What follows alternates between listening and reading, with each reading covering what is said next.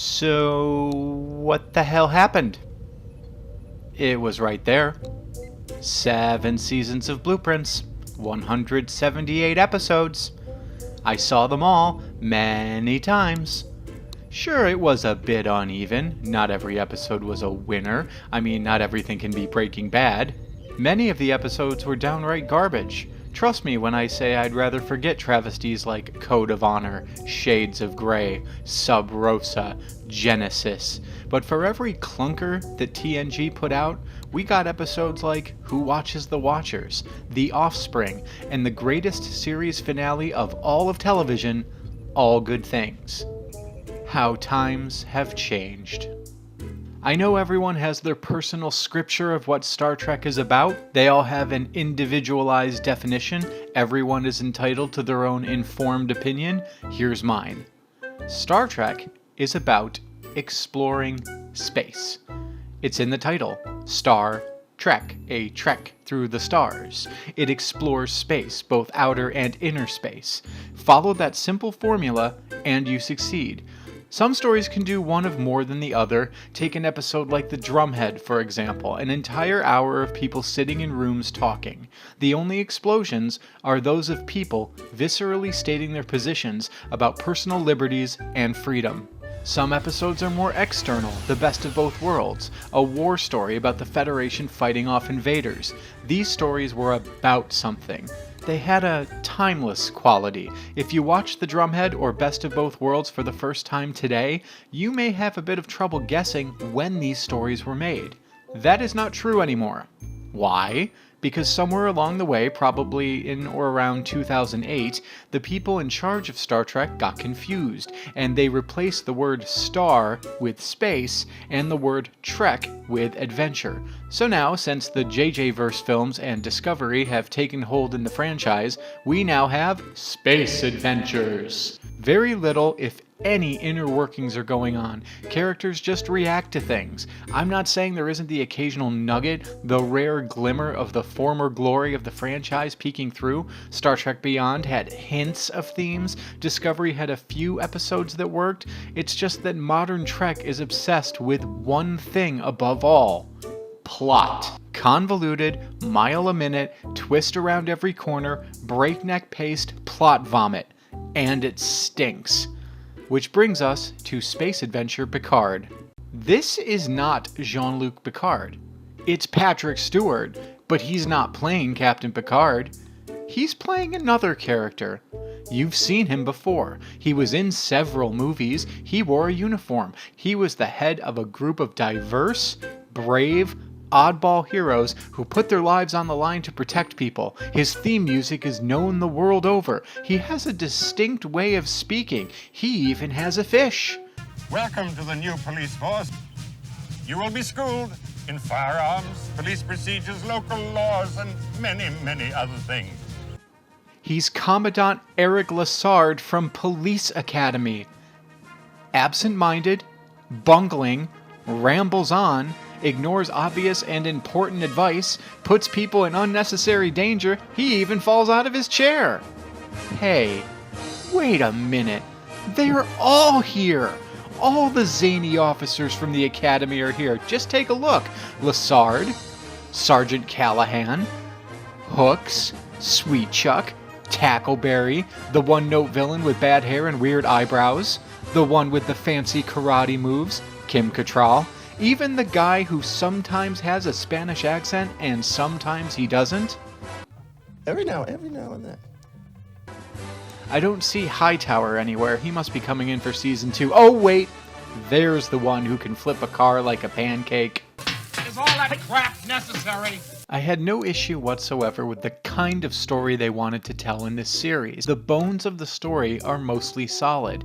It's how they told the story. There were character motivations and inclusions that made no sense. The writers insisted on making the universe smaller, with everyone having a connection to the main story. Some characters simply had no function beyond plot exposition. Why is Daj even in this show? These Romulan death squads are idiotic. Why do you need to beam down to shoot people? You have transporters.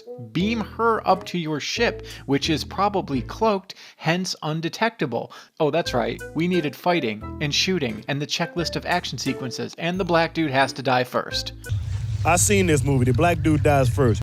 Why does Daj have images of Picard in her mind when she's triggered, and why do these images motivate Daj to seek Picard's help? Why are they not in Soji's mind too?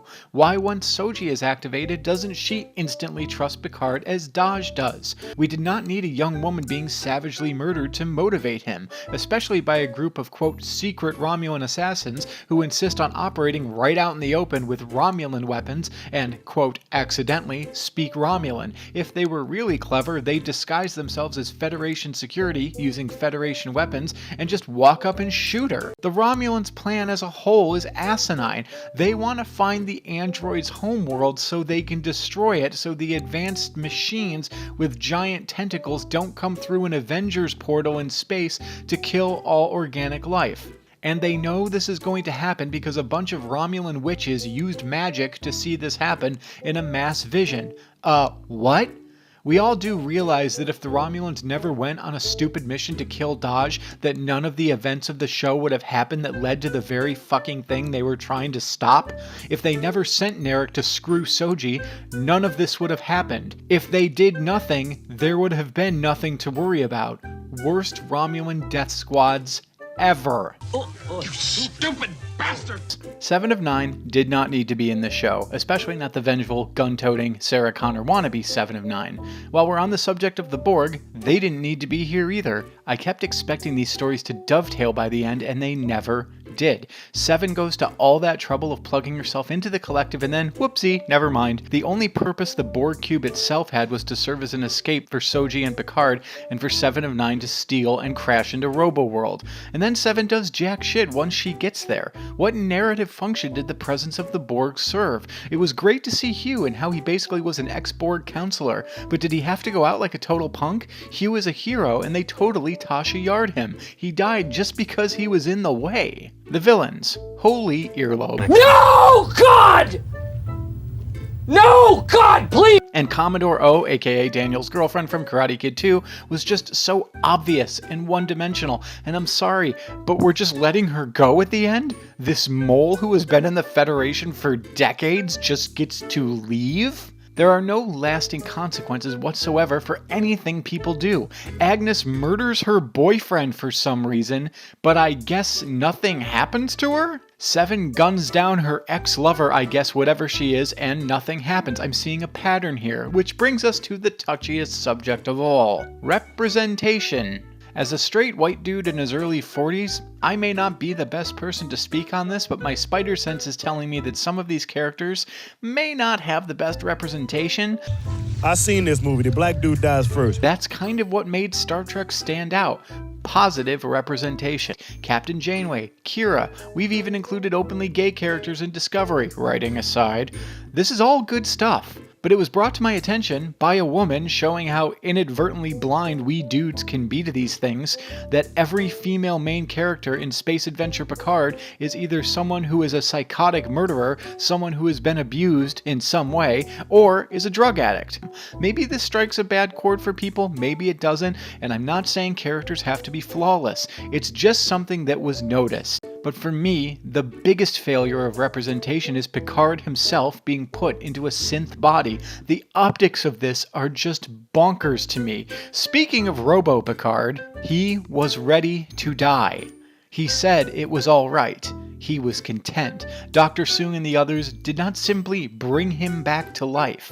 They let his human body die, and they made him something else entirely. They violated his autonomy and his humanity and took it upon themselves to do that.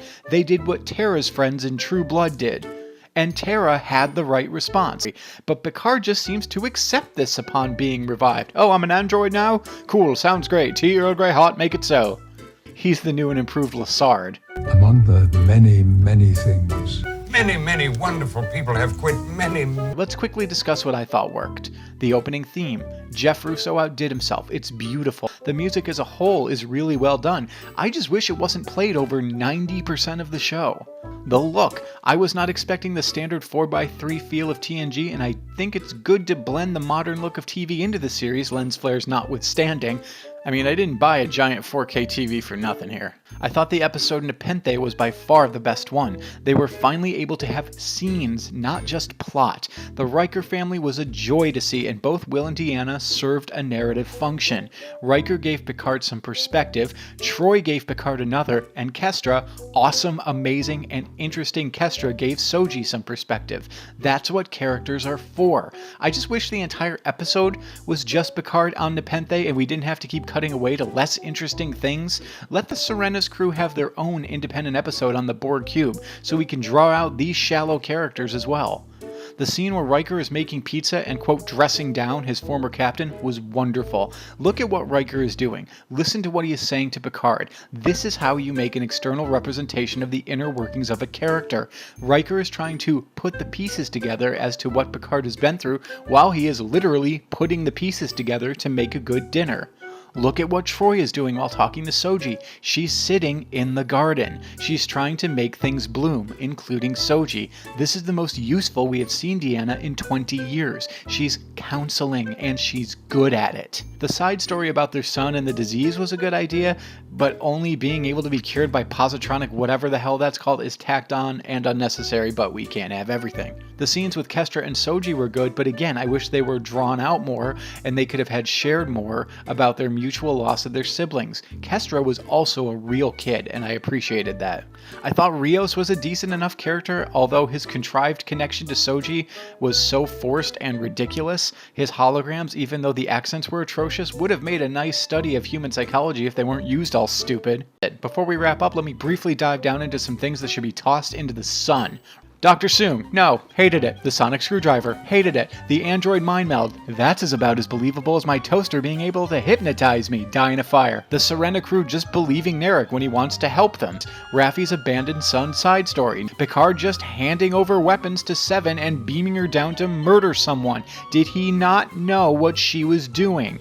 Picard not being suspicious of Agnes when she just shows up after the worst Romulan death squads ever once again fail at death squatting people. Agnes murdering her boyfriend. Maddox being her boyfriend in the first place, Rios and Agnes suddenly being a thing, Seven and Raffi suddenly being a thing, Soji just up and leaving her people after so much effort was put into getting her home, the fact that Starfleet ships all look alike now. Did you spend the whole budget on those idiotic space flowers? Would have thought you saved some money from ripping off Mass Effect so much. I still love Star Trek.